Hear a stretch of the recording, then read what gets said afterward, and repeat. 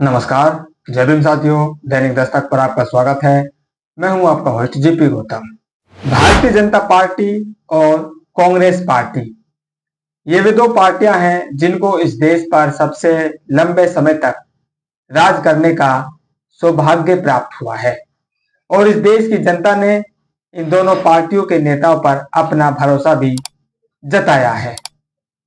Congress party ने सबसे ज्यादा लंबे समय तक इस देश की जो केंद्रीय सत्ता है उस पर राज किया है और अब धीरे धीरे भारतीय जनता पार्टी इस ओर कदम बढ़ा रही है। उसे लगातार अब तीसरी टर्म राज करते हुए होने वाली है।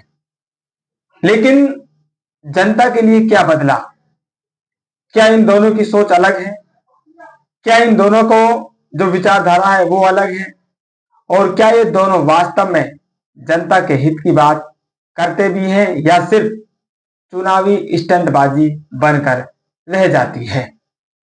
कांग्रेस पार्टी या संविधान को खतरे में बता रही है, लोकतंत्र को खतरे में बता रही है और इस देश को कैसे भारतीय जनता पार्टी धीरे धीरे खत्म करने की कगार पर ले जा रही है, ये तमाम खतरे कांग्रेस पार्टी देश की जनता के सामने बता रही है और गिनाने का काम कर रही है।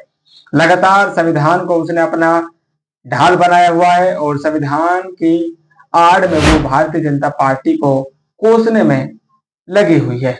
अभी हालिया आपने देखा होगा, संसद भवन में सेंगोल की स्थापना की गई थी, उस सेंगोल पर भी बड़ा बवाल मचा था और वही सेंगोल अब फिर से निकल कर आया है और प्रकाश अंबेडकर जो बाबा साहब के पोते हैं और महाराष्ट्र की राजनीति में बड़ा लोकप्रिय चेहरा है, उन्होंने बताया है कि कैसे बीजेपी और कांग्रेस दोनों पार्टियां इस देश की विरोधी हैं।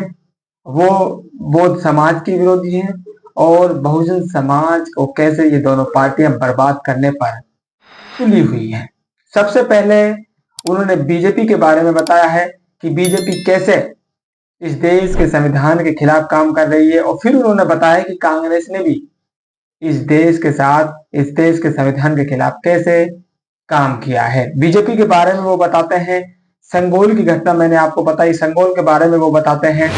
आज 2025 में भाजपा ने सरकारी विज्ञापनों से अशोक का सिंह स्तंभ हटाया, फिर महाराष्ट्र विधानमंडल से अशोक चक्र को हटाया और अब औरंगाबाद और कोल्हापुर जिला अधिकारी कार्यालय में लगाए गए पोस्टर में अशोक का सिंह स्तंभ की जगह सेंगोल दर्शाया गया।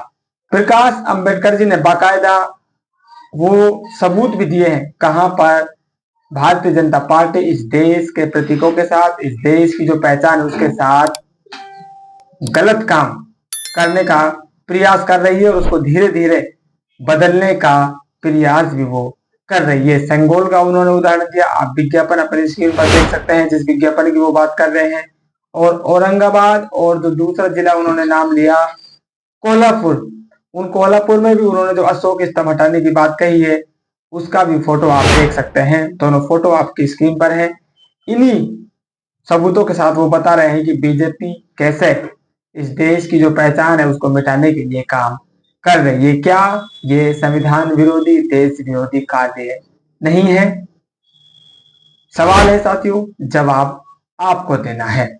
उसके बाद कांग्रेस जो आज खुद को दूध का धुला हुआ साबित करने पर तुली हुई है, बहुजन समाज के हित की बात वो कर रही है, सामाजिक न्याय की बात वो कर रही है, आरक्षण, संविधान की रक्षा, लोकतंत्र और भी तमाम न जाने क्या क्या अच्छे अच्छे शब्द जो इस देश की जनता को लुभाते हैं, उन शब्दों का इस्तेमाल वो अपनी राजनीति चमकाने के लिए कर रही है। और जिस नेता को इस देश की जनता नकार चुकी है उस नेता को इस देश की जनता पर थोपने का प्रयास में लगी हुई है।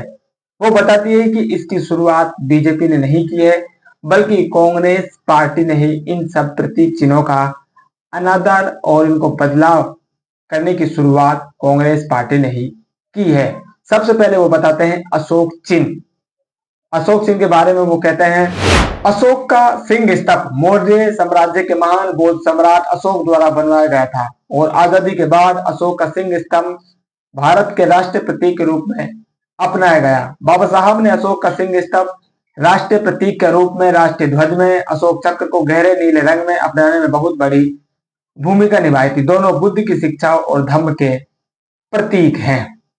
तो यहाँ पर वो बता रहे हैं कि जो अशोक स्तंभ है वो कहाँ से आया है और उसकी क्या महत्वता है। आप आगे भी वो देख सकते हैं कि बौद्ध धर्म में कैसे बाबा साहब की आस्था थी और उन्होंने बौद्ध धर्म से ही प्रतीक चिन्हों को लिया और उसको भारतीय पहचान बनाने में अपनी महत्वपूर्ण योगदान दिया। लेकिन कांग्रेस पार्टी को ये नहीं पचा और उसने धीरे धीरे प्रतीक चिन्हों को बदलने का काम किया। इसके बारे में वो भारतीय करेंसी का उदाहरण देते हैं। वो फोटो आप देख सकते हैं। पहले कैसे भारतीय करेंसी पर यानी कि नोटों पर अशोक स्तंभ का चित्र हुआ करता था, लेकिन धीरे धीरे इसको गांधी से बदल दिया गया। वही गांधी जिसने कांग्रेस पार्टी को स्थापित करने में अपनी महत्वपूर्ण भूमिका निभाई है।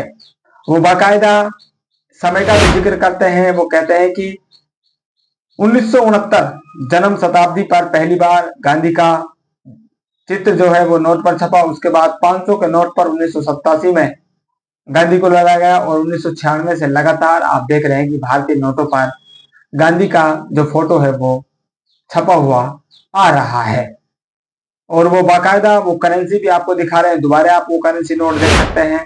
करेंसी नोट आप देख रहे हैं कि उन नोटों में अशोक स्तंभ छपा हुआ है। लेकिन 1996 के बाद आरबीआई के द्वारा जो नए नोट छापे गए उन सब में आपको गांधी का जो फोटो है वो ही छपा हुआ मिल रहा है। यानी कि अशोक स्तंभ को जो देश की पहचान थी उसको गांधी से रिप्लेस कर दिया जाता है। ये सारा कार्य कांग्रेस के शासनकाल में होता है। आगे वो कहते हैं भाजपा और कांग्रेस ने केवल बुद्ध की शिक्षा और धम्म के प्रतीकों को हटाया है, बल्कि बाबा साहब द्वारा भारत का प्रतिनिधित्व करने के लिए चुने गए प्रतीकों को भी हटाया है। इसलिए हम कहते हैं भाजपा और कांग्रेस न केवल बौद्ध विरोधी है, बल्कि वे बाबा साहब के खिलाफ है और राष्ट्र विरोधी हैं। तो जो बात उन्होंने शुरुआत में कही, भारतीय जनता पार्टी और कांग्रेस पार्टी इस देश की विरोधी पार्टियां हैं। वो इस देश की जनता का भला नहीं चाहती है और इस देश की जो बौद्ध पहचान है उसकी जो असल पहचान है उस असल पहचान से इन लोगों को चिढ़ावट है। और धीरे धीरे जब भी इनको मौका मिलता है उस पहचान को ये रिप्लेस करने में कतई भी बाज नहीं आते हैं। और यहाँ पर उन्होंने से सबूत बीजेपी और कांग्रेस को बेनकाब करने का काम किया है। जो लोग सोच रहे हैं कि कांग्रेस बदल रही है, प्रकाश अंबेडकर के अनुसार वो बदल नहीं रही है, बल्कि आपके वोटों को ठगने का वो नया रूप धारण कर रही है। आप लोगों का क्या मानना है? अपने विचार जरूर कमेंट कीजिए। मिलते हैं नई अपडेट में, तब तक के लिए जय भीम।